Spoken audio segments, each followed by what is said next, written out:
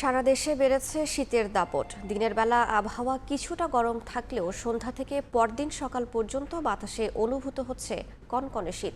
শীতের আরও খবর জানাতে রংপুর নগরীর শাপলা চত্বরে আছেন সহকর্মী রেদাওয়ান হিমেল এবং চুয়াডাঙ্গার বড়বাজার এলাকায় আছেন মাহফুজ মামুন। সরাসরি প্রথমে যাচ্ছি রেদাওয়ান হিমেলের কাছে।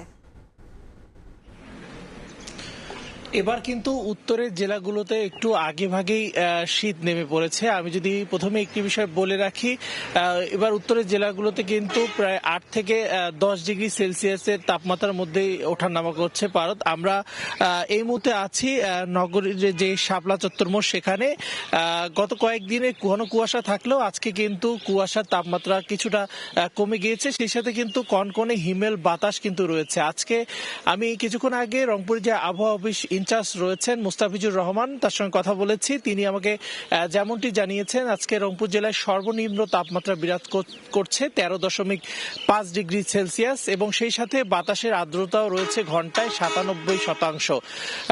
একটি বিষয় বলে রাখি, প্রতি বছরই কিন্তু যখনই শীত নামে তখনই উত্তরের জেলাগুলোতে যে শীতের তীব্রতা সেটা কিন্তু বাড়তে থাকে। সেই সাথে খেটে খাওয়া এবং নিম্ন আয়ের মানুষদের কিন্তু কষ্টের সীমা পরিসীমা একেবারে থাকে না। আমরা দেখেছি যে জেলার বাইরের উপজেলাগুলোতে সবচেয়ে বেশি কষ্টে থাকে যেই ভ্যান চালকগুলো যারা রয়েছে, যারা বিভিন্ন প্রান্ত থেকে কাঁচাবাজার সবজি নিয়ে রংপুর নগরীতে আসে, তাদেরকে কিন্তু ইতিমধ্যে রাস্তায় অনেক কষ্ট পাওয়া দেয় এবং বিভিন্ন জায়গায় দেখা দিয়েছে যে কিন্তু ভ্যান থামিয়ে তারা খড়কুটো জ্বালিয়ে শীত নিবারণের চেষ্টা করে। সেই সাথে উত্তরের যেই তিস্তা তীরবর্তী অঞ্চল রয়েছে সেখানেও কিন্তু শীতের তীব্রতা অনেক বেশি। ঘন কুয়াশা এবং কনকনে বাতাসের কারণে তীরবর্তী নদীর তীরের বাসিন্দাদের কিন্তু অনেক কষ্ট পোহাতে হয়। আমরা কথা বলেছিলাম রংপুরের জেলা প্রশাসক রবিউল ফয়সাল, তিনি আমাদেরকে জানিয়েছেন এই শীতের কারণে কিন্তু এখন পর্যন্ত গরিব এবং অসহায়দের মাঝে প্রায় 2000 সরকারি বেসরকারিভাবে কম্বল বিতরণ করা হয়েছে। এর ধারাবাহিকতা সামনের দিনেও কিন্তু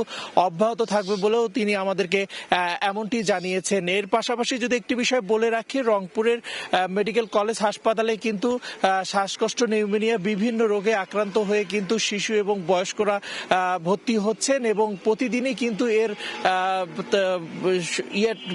সংখ্যাটা কিন্তু বেড়েই চলেছে। আমরা গতকালই কিন্তু দেখেছি রংপুর মেডিকেল কলেজ হাসপাতালে প্রায় এখন পর্যন্ত শীতজনিত রোগে প্রায় 200 জন রোগী কিন্তু ভর্তি রয়েছেন। এছাড়াও কিন্তু আমি একটি বিষয় বলে রাখি, এই শীতের কারণে কিন্তু মানুষ অনেক সময় খড়কুটো জ্বালিয়ে শীত নিবারণের চেষ্টা করে, সেখানেই কিন্তু অসাবধানতার কারণে অনেক বিপত্তি ঘটে যায় এবং আমরা দেখেছি গত 15 দিনে এই অগ্নিদগ্ধ হয়ে কিন্তু রংপুর মেডিকেল কলেজ হাসপাতালের বার্ন ইউনিটে 2 জনের মৃত্যু হয়েছে।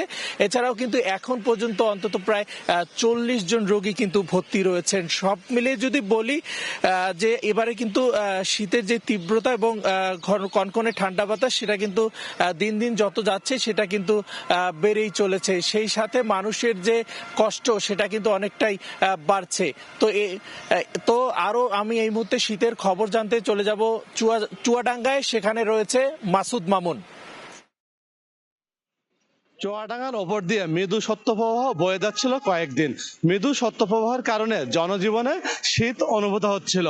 কয়েকদিন ধরে শীতের তীব্রতা বেশি থাকার কারণে ছিন্নমূল এবং খেটে খাওয়া মানুষগুলো চরম দুর্ভোগে পড়েছিল।